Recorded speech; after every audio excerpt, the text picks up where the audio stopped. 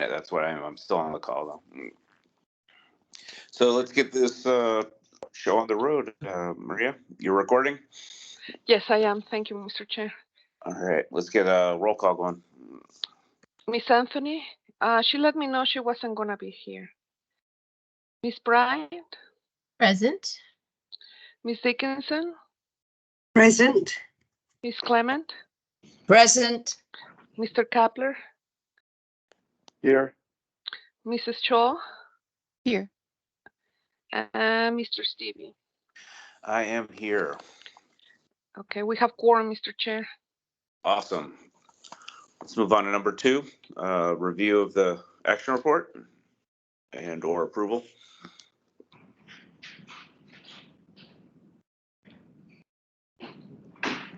Get a motion for that.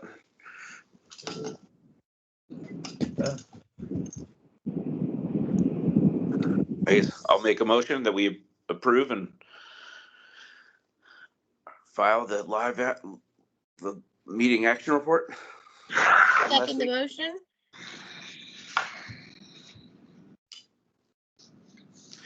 Put a vote on that one. Everyone in favor?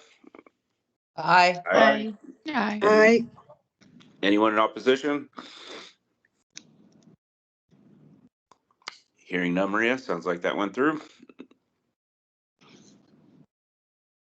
Number 3.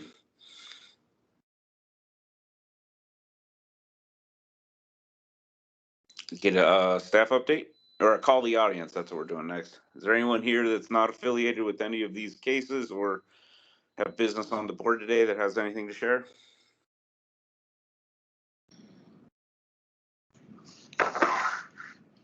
Hearing none, let's move on. Number 4, today's case. Get a staff update. Yes, Mr. Chair, this is the multifamily site project on Congress and I-10 Frontage Road. The DRB reviewed, did a courtesy review on this project on November 18, 2022. What was included in the legal action report from that day, I went ahead and included the feedback here that the DRB provided last time to the applicant. There's now some modifications on the design. The applicant will go ahead with the presentation. You already have the materials. But yeah, it's basically now a 10-story or so building, and with some, first floor retail / restaurant. This is in the Rio Nuevo area, so RNA standards apply. And just very briefly, that's all I have, Mr. Chair, unless there's any questions for me.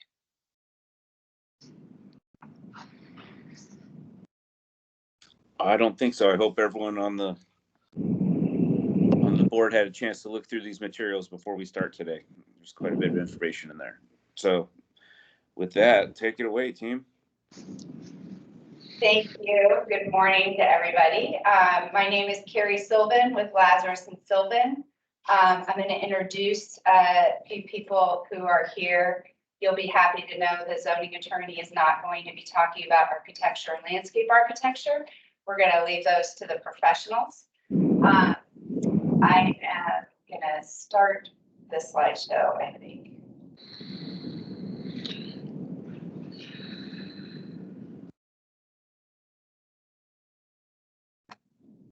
Hang on just a second, bear with me.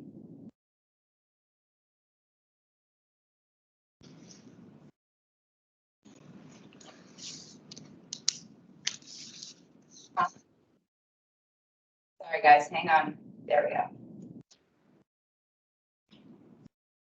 All right, is that working? Can you see it? Yes. Okay.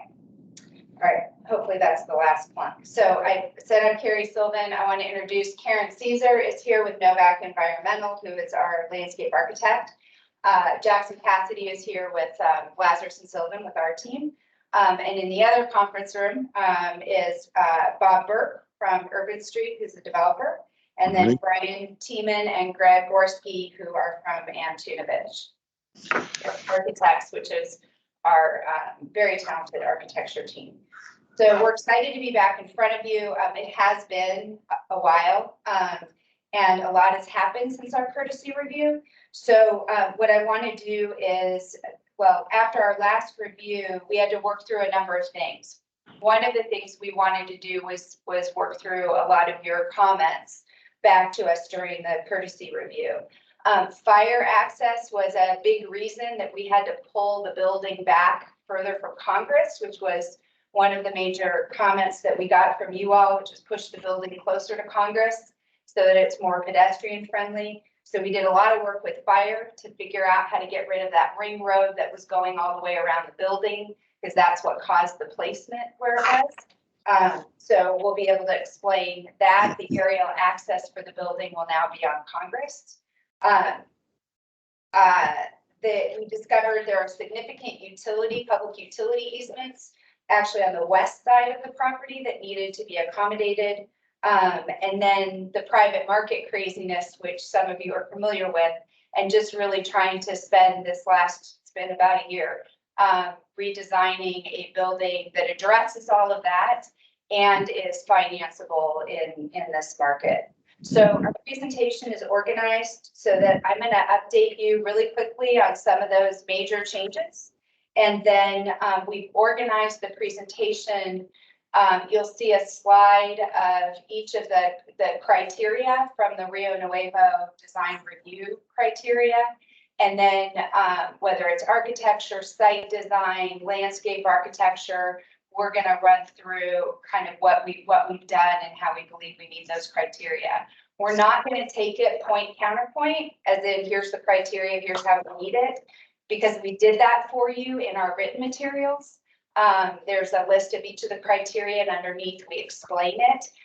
So we wanted to still make this a narrative and explain the project to you, but didn't want to lose sight of the criteria during the presentation. So that's why you'll see those slides to kind of ground us. So with that, I probably don't need to orient you as to where the site is, but there it is, just in case. It's at I-10 and Congress. Here are a few of the bigger modifications from the first submittal. The biggest one is height. When we were in front of you for the courtesy review, we were proposing a 17-story building. It's now only 10. One of the things we highlight in our materials is knowing that housing is still an issue, particularly in the downtown area. We need more of it. In taking it down to 10 stories, we only reduced the number of units by 16. So we were able to keep that commitment to additional residential while we brought the number of stories down. It was also something that was commented on by a few of the DRC members and some of the public, some concerns with the height, even though it's permitted in the zone. The setback, I mentioned this earlier, when we presented at the courtesy review, it was 81 feet set back from Congress, in large part because, again, of that fire ring road that we thought we had to do. But we worked with City Fire to come up with some solutions where we didn't need to bring the road all the way around, and our fire access is now off of Congress. So it allowed us to bring the building to between 5 and 19 feet from the property line, which is actually 20 to 22 feet from the curb on Congress. So we're pretty close up to Congress now. And again, because of the aerial access needs for fire, we can't put canopy trees in this area, but you'll see we're architecturally, we try to provide a nice pedestrian area in the front. The last two bullets are, obviously we made some changes to architecture and landscape architecture. You're going to hear, Brian's going to step through that. A lot of what we heard, just big picture, was the amount of glass, particularly on the west side. You will see that's mitigated, and then all four sides of the building didn't need to look exactly the same, acknowledging that the sun hits in different ways. And I think Antunovich has done a great job of working through that north, south, east, and west facades. And then there were some questions about the parking garage, and particularly the treatment of the parking garage, and we'll step through some of those changes. As we know, we believe we meet all of the criteria and that we're required to in those two sections. I'm going to turn this over to Brian, and I'll go ahead and mute on our end. These are, as I mentioned before, these are the criteria that are related to site design. So we'll have slides that kind of guide you as to what we're going to talk about, but we're not going to read these slides to you. You have the criteria in front, unless of course you want us to, which you, in case you can tell us to. With that, Brian, I am going to mute and turn it over to you. I think first Bob is going to make a quick statement and then I'll get into my slides. Yeah, just very, very quickly. My name is Bob Burke. I'm the managing partner of the Urban Street Group. And I wanted to thank you guys and reiterate our commitment to this and to this project. And frankly, to the city, we appreciated being in front of you. It's been over almost a year, I know, but I don't want you to think that that's any indication of our wavering. In fact, we've tripled down on this. We've tried to design something that took into the account your prior comments, as well as most importantly, or equally as importantly, the commercial real estate world is a little different now than it has been. So we are committed to this project. We're committed to financing it, and that's a very important fact. We've designed a building that we feel that we can build, and we're committed to it. But thank you very much, and that's really all I wanted to interject. All right, thank you, Bob. Carrie, if we could go to the site plan, please.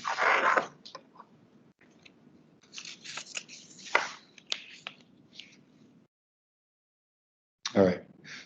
Again, Bob stole my introductory lines, so thank you for everyone's comments. I'm Brian Tiemann with Antunovich Associates. Here we see the new proposed site plan. As you may previously remember, we provided a ring road as Carrie described in order for fire and service access. One thing we've done here now is we have maximized our footprint on the site, eliminating that service drive, creating a new drive within the public right-of-way so that we can expand our building footprint, which gets a single access point off of Congress and still provides that fire access, aerial access off of Congress Street. We have 4 main points of access to our building off of our new proposed service drive, 2 of them being for the drop-off plaza space and 2 for the parking structure in the rear. The plaza space is comprised of roadway pavers, additional hardscape, and some landscaping. This provides access to not only the lobby space for the residential, but also the utility services and the bike room, which provides the required amount of bikes for this building as required by code. The major retail component is directly on Congress. It is broken up into 2 facades in order to meet the breaking up of the facade requirement of every 50 feet. When I get into the renderings and elevations, I'll talk a little bit more about the devices we use to also help us out there. Just south of that, in the pinkish color, we've got the residential lobbies and amenities at the ground floor. The entrance to the lobby on the east is covered by a major shade structure at the drop-off. And then the lobby will have clear views all the way to the west side, which is another private, semi-private outdoor space, which also include dog relief areas and pathways around the building. To the center, you'll see kind of a brown area. That's where a lot of our back of house services are going on, and tenant storage, loading, garbage, and as I previously mentioned, bike rooms. To the south of that, we have our 3-level parking structure, which accommodates all the required parking spaces plus an additional 62 spaces. All the aisles and stalls meet with the requirements set forth of the city of Tucson for sizing. You can see the darker portion of the plan above is the tower above. One major improvement we feel that we've completed with this design is our previous design was more of a pinpoint tower or a T tower, which is only partially over the parking structure. We feel we've done a much better job here incorporating the garage and the residential tower above together as a more uniform building. As the service drive and sidewalks go south, you'll see several landscaped areas, large landscaped areas. These areas provide, and we'll get into this with the landscape plans, but provide landscaping in areas where we have easements and are not buildable. So we're filling those easements out with as much landscaped area as possible. With that, I guess I'll just go through a few statistical things real quick. The restaurant retail space is around 6,800 square feet. We have 338 residential units above in the tower.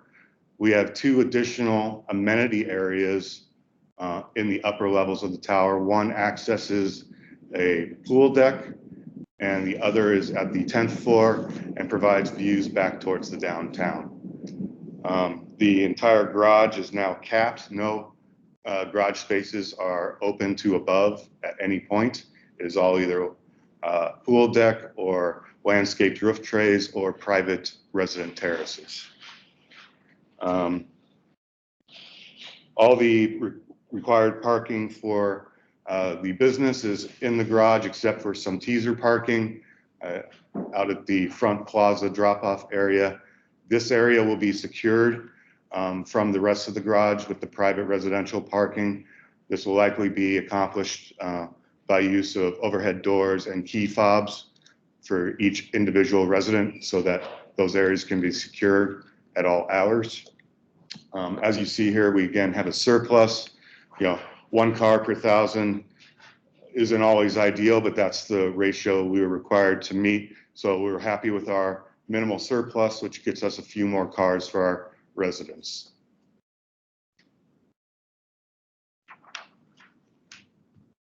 And then, as Carrie stated, these are just a few notes that we won't go through completely, but you'll have access to read. This is the similar map that we provided in our last submission, speaking to the heights and setbacks of area properties. We've got a range here from in the overall map of 1 to 22 stories, and within the development zone, 1 to 9 stories. Obviously, we're at 10, but that's only one additional. So I believe we feel we work within the context of the neighborhood and the district in a project that fits into this site. Next slide, please. Speaking to the heights, we have a total height of 124 feet to the roof with an additional 3 feet to get us to 127 for the parapet, with some overruns for things like elevators and some mechanical units on the roof. There are several steppings of the building. Obviously, we've got the 3-level podium to the garage, which I believe is at 33 feet. Sorry, the writing's a little small for me here on the screen. Then we also have 2 separate heights for our 2 towers, the 127 being the tallest, and then we step down 1 level on the southern portions. We have 4 main wings of the residential above compared to the T shape we had previously. So this helped us in the design in order to get our pool deck on the west side of the building, which is more advantageous usually for a pool location and amount of sunlight hours on a pool deck. Again, we have stepped terraces or step down for the single level retail user at Congress, where it branches out from the main portion of the building. And we have private terraces for residences, again, on the top level of the garage. Next, please. Just really quickly, Brian, before we go next, I want to highlight for the DRB as well on the height. The criteria actually acknowledges that you need to, make sure you know the context, but it's for heights. But it also provides, particularly on sites like this where it's vacant versus the reviews you guys normally do, which are existing buildings with facade changes and other things, that you consult long-range plans and the zoning to determine height. So just to highlight, Brian mentioned it's our development zone has 9 stories as its height. We're proposing 10, but the criteria does permit going and looking at those. And the zoning on the site and the long-range planning was really encouraging significant height on this site. The zoning permits up to 300 feet. So I just want to highlight that. And then there you go, Brian, here comes. Thank you, Carrie. That's helpful. We have a series of stepping side backs throughout the building. We take advantage as much as we can as building out as close as we can to the property line. We've done our best to, previously we had our pedestrian drop-off plaza right on Congress, and we were set back quite a bit. I believe it was 80 feet previous to this in order to accommodate for that service drive. Now we're around 5 feet from the property line on Congress and 20 to 22 feet from the curb of Congress. So we've tried to get ourselves as close to the sidewalk and street as possible up there in order to engage the street and the pedestrian on the sidewalk. Other places, we have gone as close as we can for the ground portion of the tower up at the intersection of Congress and the freeway off ramp, but we're limited by electrical easements, and that's why we step back from the face of the garage, because when we get back to the garage, we no longer have to deal with that. So we're as close as we can. There is a small easement there, but we're as close as we can get to that too. On the southern edge, the garage is only a few feet from the utility easement at the southern edge. This took us, I believe, as much as 20 feet further south with the garage than our previous version. Again, getting rid of that service drive really helps us out. And then we have we have the right-of-way on the west side or east side that gets us our service drive, but there are also water and sewer easements there that dictate where we step back our building and why we place the plaza where we did. So we're trying to maximize our footprint on the site and get as close as we can to these easements in order to create a building that doesn't feel set back from roadways and pedestrians at the same time.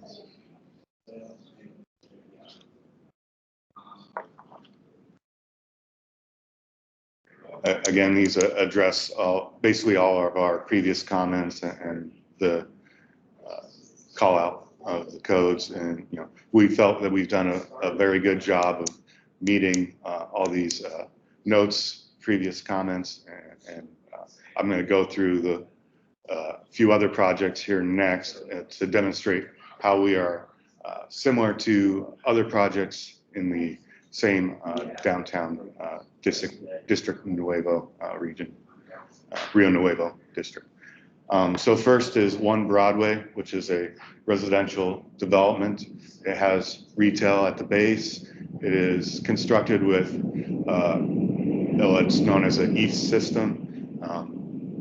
That system is a stucco-like system with expansion joints. It has punched openings for residential unit windows.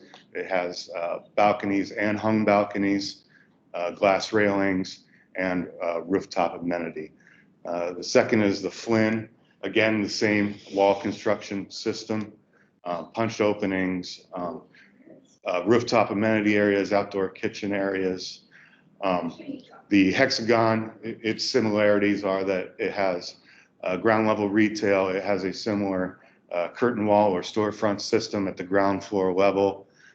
It utilizes metal shade structures at its ground floor level to help create that pedestrian scale along the sidewalk. The Rendezvous, Urban Flats, uses glass railings, punch openings. It also has an extensive outdoor amenity area with kitchen stations. It has partially hung balconies, partially inset balconies, glass, and at portions, I believe it also uses the EAF system, but it uses a much more metal panel, which is our previous submissions solid component of choice, but we feel that the 100% EAF system is more appropriate for our structure as we proposed it. The MLK apartments, again, same construction type. They have a mixture of glass and solid panel at their balconies, which is something we are proposing. They have what I would call an eyebrow at the top of the building, shade structure. They also have metal shade structures and a more neutral color palettes, which is something we are also implementing. The Plaza Centro, it has office above, but it uses the same EAF system above the parking structure. So it's a building above a parking structure. It has screened parking. It also utilizes masonry and retail at the base of the building. So going into the design here, as previously stated, the building is constructed of a 3 and 2 level concrete cast in place podium, which comprises the garage, the residential lobby and amenities, loading, back of house, and then the retail component on Congress. This is all has a brick facade at the residential and retail. This is a nod to our neighbor, the historical property at the depot. The garage utilizes a metal fin system for screening. And also we are using things like, you can see right along Congress, we have a metal shade structure to help create that pedestrian scale. And we are breaking up the facades with our hope of successful planting of green wall systems, vines, and excuse me, ground scale plantings. You also notice that we utilize the facades at the retail for signage as approved for signage size. And you will see at the corner here, this is probably the most special corner of the development because it is the gateway into downtown. You know, we've got just a placeholder of a monument sign that welcomes you and greets you into the downtown. We have existing screening walls there for utilities that will remain. And as you see, the freeway off-ramp has a significant grade change as it goes back up to the interstate. So this is something that helps screens portions of our parking structure from passing cars. I guess I'll speak to the residential too here a little bit. So the above residential uses the EAF system. We have a color change to create interest at the 10th level of the building, which includes again, the eyebrow shade structures. We've got inset balconies at the corners that have those glass rails we spoke of. Everywhere else that isn't a corner unit, we utilize metal painted hung balconies that do have a glass rail at the front, but also have perforated metal panels on its side walls of the railings to help cast some additional shade on the tower. We utilize here a lot more solid area on these facades on the east and west and south. Here we see the west and how we've created more of a vertical window system.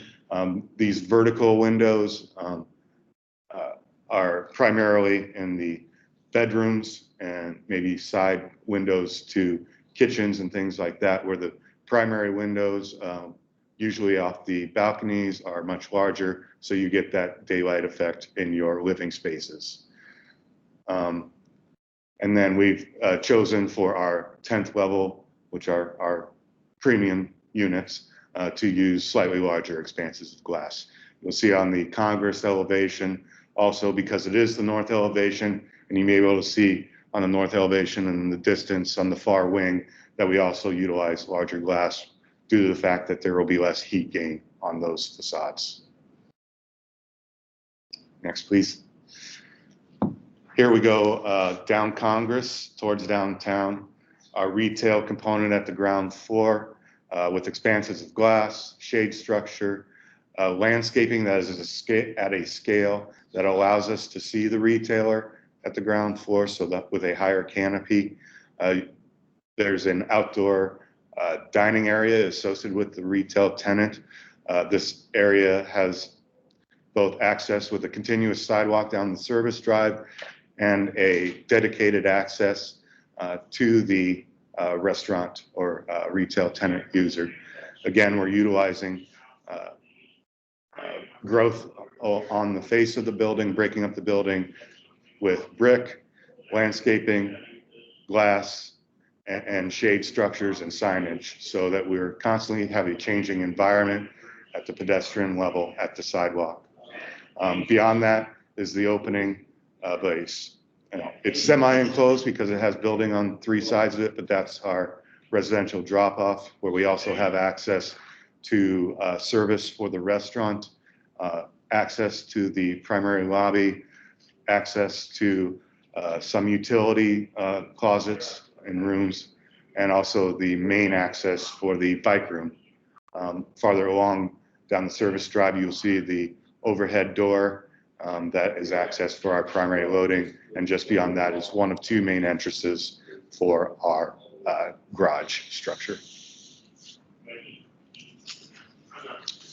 So again, this is the Congress elevation at a rare occasion that will only happen a few times a year, where we actually get some sunlight on this facade, but you can see that we are using larger expanses. We are engaging the street. And again, the reason we do not have trees directly in front of this facade at this location is because working together closely with the fire department here in Tucson, this will be our primary aerial access to the building. So trees of any kind are not permitted at this location. Otherwise, they would be installed.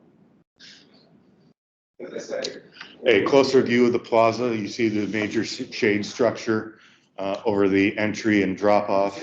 You can also see a little bit better here the outdoor dining area, which has a trellis shade structure over it as well. And then to the left, we'll be utilizing at the ground floor level a lot more spandrel glass, because we have beyond that point a lot of utility rooms and the loading space. But also here, like I said, is the bike access. In order to accommodate the amount of bikes within the building, we have a 2-level bike room with a dedicated stair within it. They will also have access to the elevator if need be, but we're utilizing something that we've researched.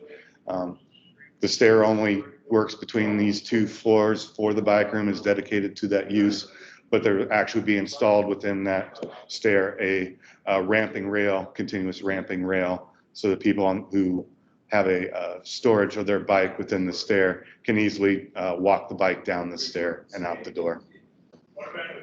And I'll just say at the very top of the left-hand portion of the tower, you can see a portion of a screened portion of the rooftop amenity deck that will, yes, thank you, Carrie, that will look back towards the downtown.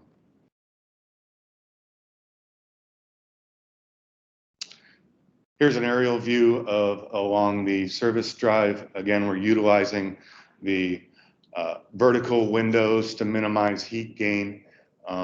The balconies are treated the same. Again, corner balconies are inset, and along the main body, we have the hung balconies. You can see the private terraces on top of the garage, and the tannish area it's a little difficult in 3D modeling, but these will be roof trays that are appropriate to the region, which will have some vegetation in them. It's not simply going to be a gravel roof beyond that. And we have examples of that when we get into the material sports. And the parks, you can see the two parks along both the facade, which help with screening of the garage and its metal fin system, and the larger park on the southern edge that we have continuous connection to all the way from Congress down to this end through a sidewalk. From the freeway off-ramp, we can see a portion of the garage. You'll notice that portions of the garage are screened off because we have a 10-foot difference between the grade of our finished floor at our ground level and where we reach the southern end of our property. So portions of the garage will be screened by the elevation change. You can see how the courtyard opens up. The residential courtyard roof pool deck opens up to the west, and that's a very large amenity on the rooftop there. At the southern side of the garage, we will have a CMU block wall with slits opening up that follow down the vertical windows. So there is some openings in that wall, but the treatment here will be a abstract mural that fits with the aesthetic scheme region to fill up that entire facade. And major portions of that will also be screened by the landscaping in the southern part. We take advantage of the transition zone and carry some of those metal fins around the edges of the garage in order to create a transition. So it's just not a hard corner at the edge of those garages. Here we see the pool deck with the pool. It's directly behind it is a large indoor amenity area. Within the pool deck, there are bars, outdoor kitchen stations, cabanas, lounge chair areas. Some portion of it will be synthetic artificial turf, just for doing activities like bocce ball or bags or whatever you're going to want to play here. Outdoor seating areas, outdoor dining areas, and I'll expand upon that with the next slide. Dedicated areas for fire pits, covered areas, additional greenery, and potted plants to bring up some of the scale so it's not just a flat plane across the entire space. Again, doing that with the cabanas and umbrellas. Surrounding it, again, we will speak to those roof trays in just a minute, but it's not just going to be a gravel roof. We're going to create some interest in that space so it's not quite so blank. And again, this is the southern park looking back from the park. This park will have pathways and dog relief areas, bags and trash cans, and we'll talk about more of that when we get into the landscape comments.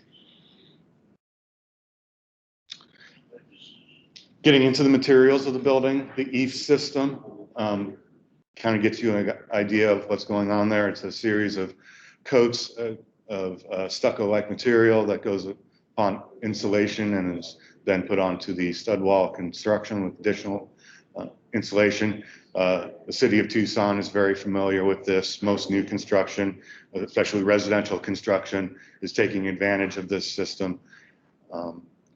Moving on to what we're doing at the base of the building, the brick, again, like we said previously, is an homage to our neighbor. We probably won't be using the thin style Roman brick that they use, more of a standard brick size, but we want to mimic the tone, color, and everything else going on with that. At our storefronts where we have larger expanses, especially at our ground floor levels, a glazed aluminum curtain wall or storefront system will be implemented because they are such large expanse and need structural assistance. Here are several examples of fin systems on parking structures, similar to what we're proposing. As you can see, they do create for an open air garage whilst screening off views into the garage. Punched opening is a insulated frame insulated glass that will be used for all residential windows above. Again, I'll Almost all railings of balconies above will be a aluminum glass guardrail supported balcony rail. And then, as I mentioned previously, portions of the guardrails will be perforated metal, not necessarily the patterning shown here. I'm thinking more of something of vertical openings, but it will screen and create more shadows along the facades of the buildings and reduces reflectivity off many of those balcony railings, most of which are on north and south facades, so that, you know, if you're traveling down the interstate, immediately that there is glare reduction from those balcony railings. The mural on the southern wall, I've given several examples of the kind of theming we may be going for along those walls. These might be a little more vibrant than what we show in the model. I think a more neutral tone is something we'd probably be looking for. These are examples of roof trays with climate appropriate plantings that we'd look to put on that roof deck, and even up at the 10th floor amenity roof deck. Here are a few examples of shade structures. We have shade structures on our building at the eyebrow of the roof, along Congress, at the sidewalk, along our dog walk in the back, along our drop off, and also at our retail outdoor dining and sitting area. And with that, I think I will hand it over to Karen with landscape and hardscape questions on the site. Thank you. Great. Thank you, Brian. Good morning, everybody. Karen Caesar, Novak Environmental Landscape Architect on this project. And so like before, we have responded in the landscape from our last submittal to not only the comments made by this design review committee, but also, you know, making sure that we're still hitting all the criteria from the Rio Nuevo area. We won't review it again specifically, but we're just going to go through. And Brian's really done a nice job of kind of setting this whole thing up. So I'm just going to go into a little bit of detail, but he's really done a great job of explaining the landscape integrated to the site and how the landscape areas support and relate to the building and relate to the pedestrian access. Specifically, we're focusing on, you know, the shade and pedestrian access, and also, you know, what are the amenities provided on site for the residents of this new multifamily building downtown. To start with, on the graphic that you have in front of you, I'm going to start in the upper left-hand corner. Brian talked about the entry plaza, which now I'm starting on the other side, but that's gonna, when you get into the lobby, you're gonna look through a building to a space on the west side. So the entry plaza is that your auto court and entry plaza there that you know, gets your arrival, drop off, that sort of thing. But this and through the lobby, you're going to look through to a space that we are just, it's going to be kind of a multifunctional space. It's going to be used, you know, possibly for pet relief and have a splash of you know, artificial turf there. Again, urban living with dogs requires that you take them out regularly, and it's really a fun thing to do. It's also, I'm just going to find, it's a community building thing to do, to get out there. So we really have created this space not only for the pedestrians but for their four-legged friends to walk around and have some interaction. So this will be a green space, open space, a little bit of visual relief on the west side of the building. Access there, of course. The trees there are all going to be native and low water use trees. From there, you're going to walk, you could walk around the front of the building, and Brian's also talked a little bit about the streetscape there. We did, I say we did have to make some significant changes there, primarily to address the very much required fire aerial access to the building, which prohibited us from placing any trees there along. Originally, we had some street trees, but because of the need to get fire access there, that was not available. But we've included some vines and some green relief on that area as well, but you'd walk around the front of the building and then you'd head down south on our pedestrian greenway. So as we're going along the parking garage, linear park here, if you want to kind of indicate around the east side of the building, we have a nice, very nice wide pedestrian walkway with trees that provide shade and also, you know, here again, the walking opportunity. Heading down to the area on the south, which is really our largest area for landscape and opportunity. So with that, we really loaded up and tried to create a nice little desert oasis area. The pathway there is an out and back to a terminus. We'll have little benches, lots of shade, and again, just an opportunity for people to take a little stroll. And I just really believe that it will be heavily used by all the residents with you know, four-legged friends and provide people an opportunity to, you know, walk down there, enjoy the mural and walk back around. So those are really the key things. Some details we, you know, the planting plan on that south is going to include plants that will focus on pollinators. So creating a little pollinator garden. We're going to do water harvest basins and you know, obviously focus on the native landscape. We have changed out one of the comments we had last time, and this was from Carol Clement specifically. We've gone to all native plants, and we've gone to the Circinium microphyllum, the foothill palo verde on this side, away from the hybrid, the hybrid palo verde. So really focusing on those native plants, which we know, you know, do a great job here in the desert, are sustainable and give us the shade and the green relief that we are looking for. I think that is all on that slide. And then this is just a little bit of an overview of the whole thing, so you can see how everything knits together with a proposed plant palette in there. And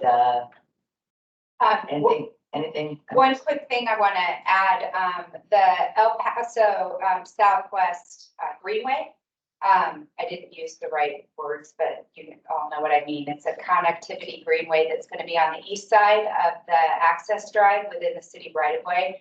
That was something we worked very closely with early on and continue to work with DTM to make sure that we're going to be providing strong pedestrian and bike connections to that, so that when that is built, and it's currently in design, and our architects have been in touch with the designers for the city of Tucson, we make sure that we're making that accessible as much as possible for our residents to be able to use for walking and biking. Great, thanks. And then just the next thing that's one of the big criteria is the shade criteria. And so the criteria, of course, is to provide about 50% of all the sidewalks and pedestrian areas with shade, measured at 2 p.m. on the summer solstice when the sun is just about overhead, tipping a little bit to the west. And we have done that. And we have a graphic that highlights all the pedestrian circulation areas and all the shade areas with the calculations. And we've come up with 55%. And so, you know, noting that that is a moment in time and that shade moves, you know, it's a dynamic situation as the sun moves across the sky. But we wanted to demonstrate that we have in fact met the shade study criteria as well. And so there's that. And one other thing I want to add too is that we're required to have 5% green space. And actually, when you calculate out all the green space that Karen went over in one of those first slides, we're at 14.5%. So that drainage easement on the south really helped us get there, because we can't build in that area, but we well exceed the green space that's required on a development like this. And that's 5% of the gross floor area. So that's, you know, that's a big number for a big building with multi-stories. So thanks, Carrie, for reminding me. Yeah. So that. Thank you guys. I know that was a long presentation, but we feel like this is a new building and it's very different from what we provided at the courtesy review. I have access to that, so if you've got questions and you want me to pull up one of those slides, you may have to watch me clunk around for a minute while I try to do it, but I can. You can also reference the page in the submittal if that's easier for you. I've got that pulled up as well. And obviously we are respectfully requesting your recommendation to approve this to the PDSD director, but we definitely want to answer any questions and resolve any issues that you may have. So thank you.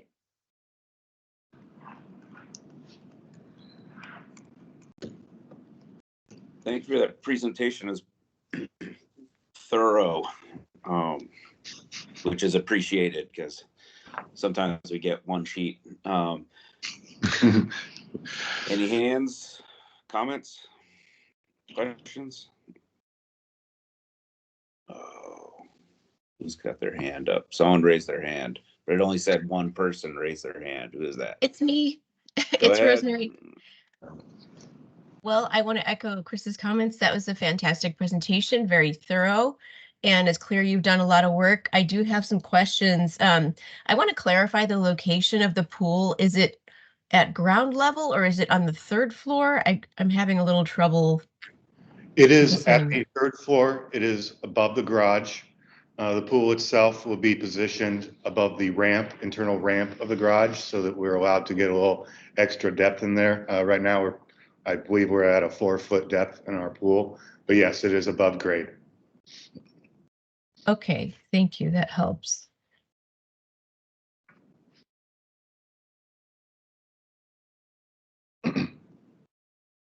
Carol also has her hand up. Yeah, good Yeah, morning. go ahead, Carol. Well, we're talking about that pool area. If I am right here, that is on the west side and it's surrounded by artificial turf and it has the planting trays, the roof trays, correct? Correct. Okay. Artificial turf gets hot in the sun. I didn't see hardly any shade on the artificial turf. Dog paws can't even hardly stand it sometimes. They'll do this because it's hot, a very hot surface with no shade. So as I know you're on the third story, is there a way to maybe shade a portion of that area We could address that. of the artificial turf? My next question is, how deep are your roof trays? How deep are they? We don't have a spec at this time. We'd have to research that. Yeah, well, it's not only about air temperature, it's going to be about soil temperature. Roots fry. Karen, I know you know this. So what do you think? What species, what depth are you going for your roof trays so they just aren't dead plants? Right, I'm gonna jump in on that and just, I guess, at this stage of the whole design, just acknowledge everything that you said, Carol, about the heat of the soil, the depth of the trays, the plant species, all needs to be considered so it's successful. I've seen way too many green roofs and things, that looked great at the beginning and fail over time. Yeah. So I think what we want to go for is an intention to obviously have something successful. So we're going to have to be balancing the amount of soil, the water provided, and the plant species. I'm just going to tell you, it's going to be might be like the image there, some agave, some succulents, some things that can really take the brutal heat, take the hot soil. There's going to be a limited number of plants that will be successful there. But the ability to have any plants successful is going to be so much nicer than zero plants in this space. So I'm going to note everything you say and agree with it 100%. We just don't have that level of detail figured out, but completely acknowledge those are the situations and conditions we will have to design this for. Brian, sorry, Carol, go ahead. I was just going to say the rooftop garden on top of the MLK building is very sad. Well, there's so many good intentions on this. I know. Yeah, and I think the thing to do is we are so aware of that, and I think we're all about planting selection for sustainability and longevity and low maintenance. And so, there is a solution space in there. We're not at that level of detail, but I definitely want to go on record saying I completely agree with all of those concerns. Might you consider Lauria tridentata, creosote bush? I have seen that do well. It needs a couple feet at least, but boy, it's a tough and lovely plant, evergreen. If we can get some of those, if they can grow there, that would be, they're fantastic, you know. Yeah, yeah. And I know that they grow in some pretty rocky, dry, you know, situations. And if you start them small or even from seed, yeah, you know, so some of Right. this stuff, but yeah, like I said, we know this, we're not gonna be putting anything there that we know is gonna be dead in a year, so Right. look great on day one and not be sustainable, and then you just have a, you know, like you said, a sad space. No intention of doing that. Right. I have more questions, but it's not related to that area. Should we go to somebody else? Can I address the turf comment? Yeah, quickly? Yeah. I was gonna ask you to answer that. We can look into shading strategies for the turf areas. One thing I will say though, I believe that our pool deck and the area up there will most likely be a pet-free zone. We're making so Oh. many accommodations at the ground floor level. We don't want dogs peeing and pooping up there on the roof or No. jumping. Oh, okay. I'm sorry. I think I misunderstood that was always also going to be the dog area up in there somewhere. All that was Sorry. taken at the ground level. Yep, thank you. Okay. The dog, Carol, just to follow up on it, the area with artificial turf that will be used for the dogs is intended to be there on the ground floor on the west side of the lobby. Okay. And again, here's the thing, I acknowledge that turf can get very hot, you know, in the middle of the day, in the middle of the summer. And sometimes, you know, there's just other places that you can walk your dog. In fact, on the east side of the building, there'll be a lot more shade. So, you know, it's not, you know, I don't think every surface is gonna be acceptable for dogs at all times. We have options. Thank you. Susanna, I think you're up. Oh, hi, everyone. Can you hear me okay? Yes.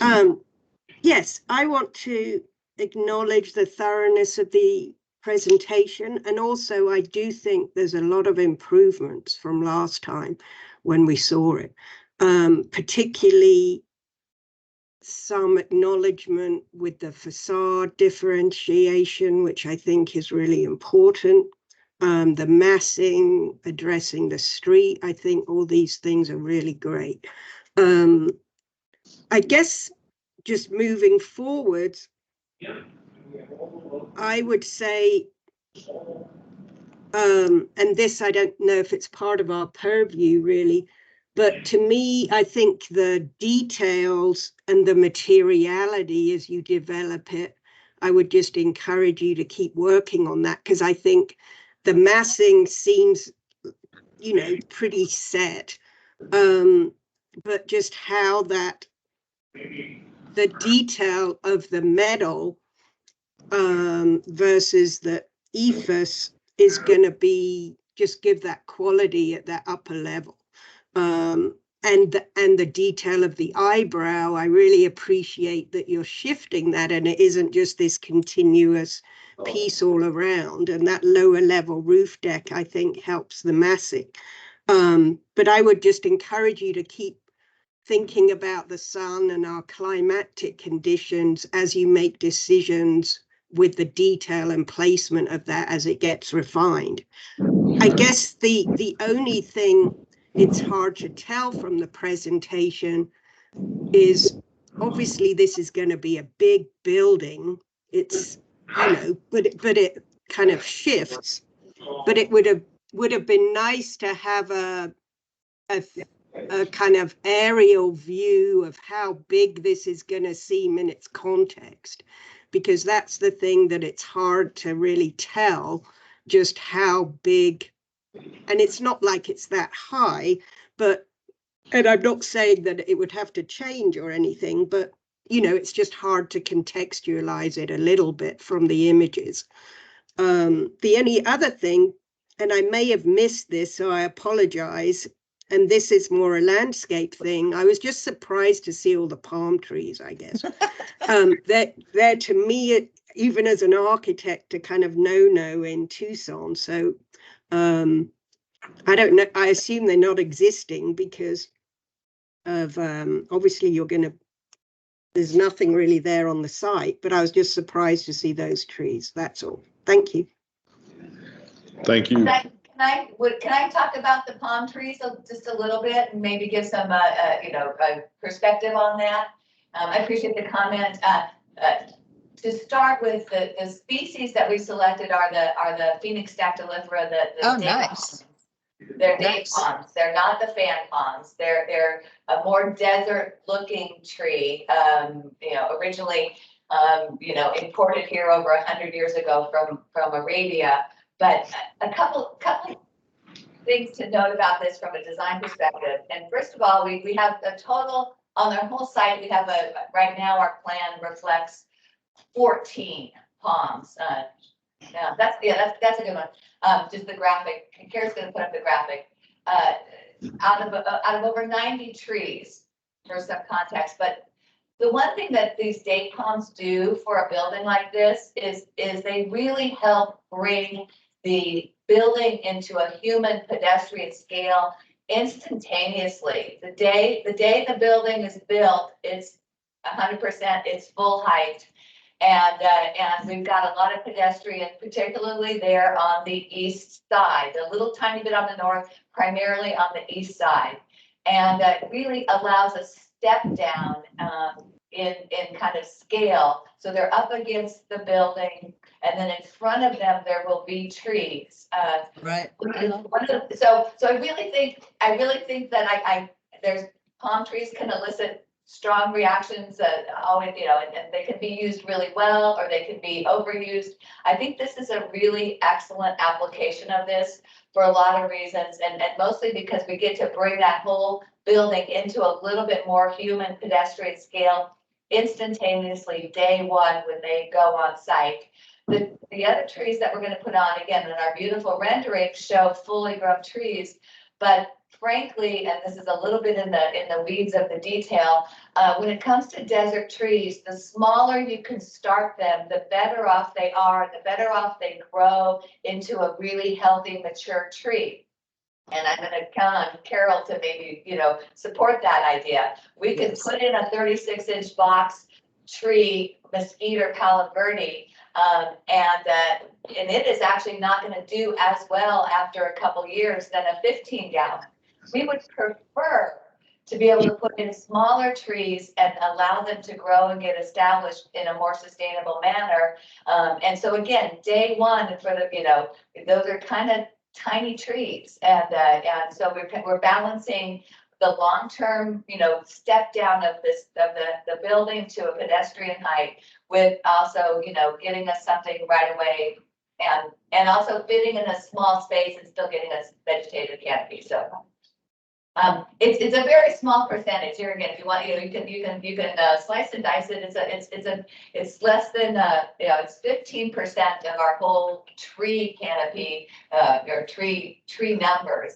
So you get a lot of impact for a few trees, and I hope I've explained why I think that in this case it is a really good choice, and we're actually, we think they're a nice addition to the situation.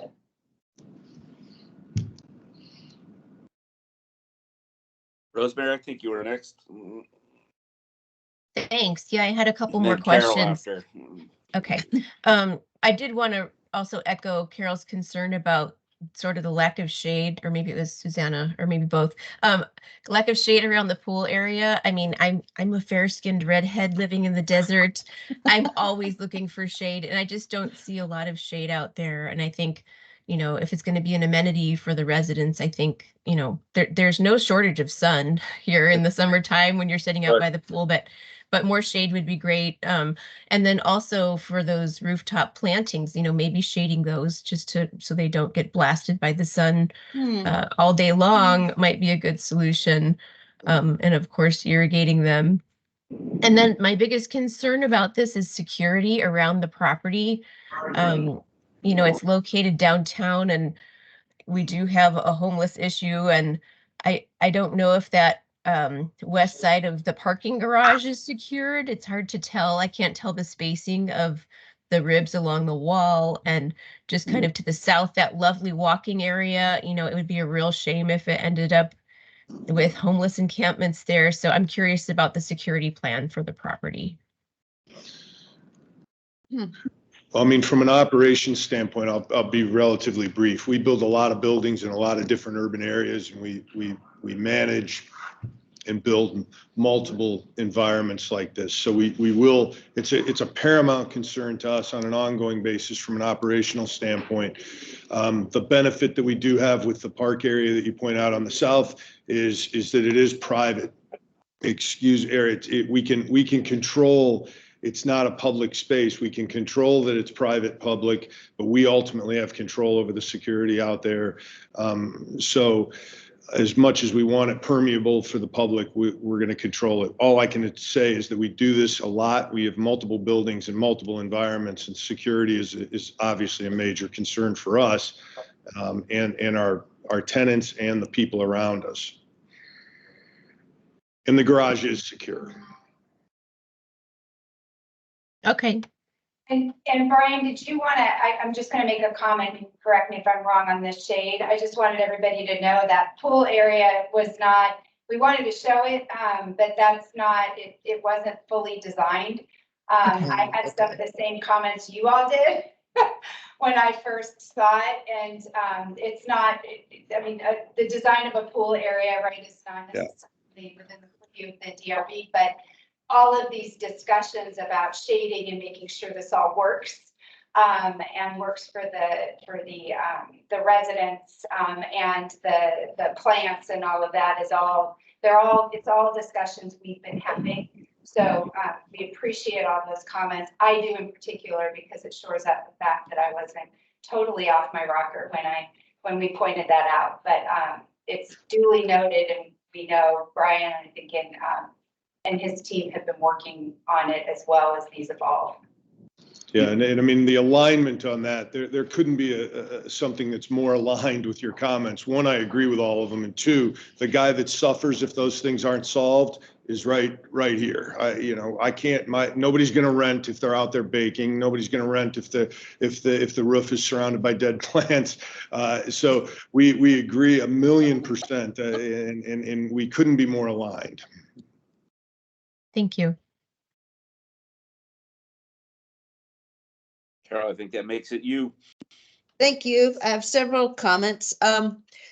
Ms. Karen, thank you for incorporating past comments. And I do agree and actually love your combination of the Phoenix dactyliferous with the understory planting of the desert trees. I think the Phoenix dactyliferous will, the date palms will help alleviate the height of the building from the get-go, dependent upon what size will be installed, what foot height. Again, the level of, we're not at that. They will be, let me just put, they will be as tall as the budget will allow us. How's that? Okay. And just again, yeah. So we will be working on that. But yeah, they'll come in. They will be impactful day one. You can buy a tree at a 6-foot trunk height and know which sex they are, which will be important for the date palms. And I'm assuming you want both male and females, so you have actual date palms, or are you going to be avoiding the females? No, we're going to avoid the females for landscape applications. We are going to have male only. They'll be diamond cut trunks, very clean, very, very architectural. You do not want females because they do produce the dates, and if you don't, I have a friend who actually does dates. I know what it takes to make a date. You have a mess. Without it, you just have a mess. And so yeah, but I like the mess, Karen. I think the mess would incorporate an activity which the residents could be part of, and you net the dates, and it becomes an activity of the community in which you're harvesting dates. I think you should reconsider the use of both male and females. We'll take that into consideration. Thank you. All right, a couple other things. The mural, are you going to be putting out a call to artists for that, or will that be done in-house? I think that we would love to involve the local community on something like that. I can't sit here and tell you exactly procedurally how that works, but clearly we would see that as a locally based operation. Great. It's Southern Arizona Arts Foundation. I would encourage you put out a call to artists through them. The only mention I heard of water harvesting was on the south side. Will you be incorporating water harvesting for the north, east, and west landscape areas off the streets, or however it might be incorporated? To the extent possible, yes. We have to hold our basins 10 feet off the buildings. So we can't even start, and on the west side, yes, we have farther away from the buildings, there's opportunity for water harvest. Don't believe there is actually any opportunity on the north, and to the extent possible on the east, we will be doing it within, like I said, the parameters of the other constraints. Great. And then one final question. You mentioned a green wall or vines on the north facade. Is it going to be a trellis with vines, or is it going to be an actual sort of green wall where you plug in the plants? So No, yes, it's envisioned to be a vine wire system. Good, because those green walls really aren't successful. They fail, they dry out, plants die. Good job. All right, thank you, Karen. Beautiful job. Thank you. appreciate it, thank you.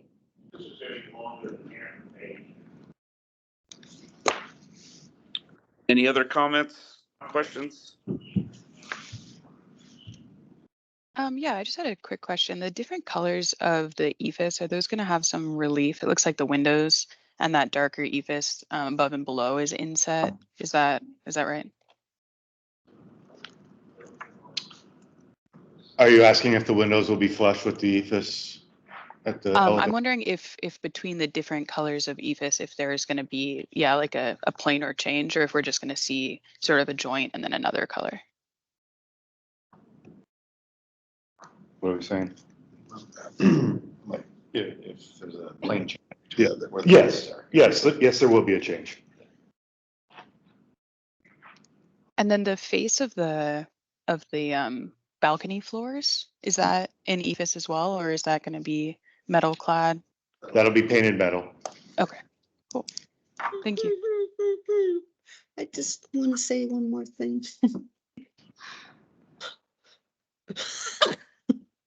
I know, what a pain.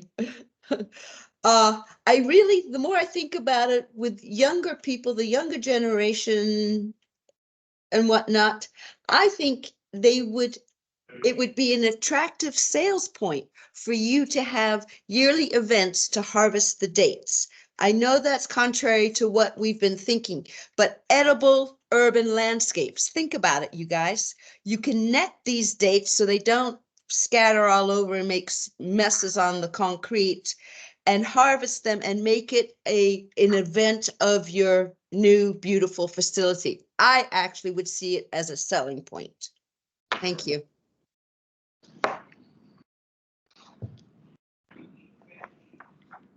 You're hired, Carol. You're gonna. Yeah, you better show up.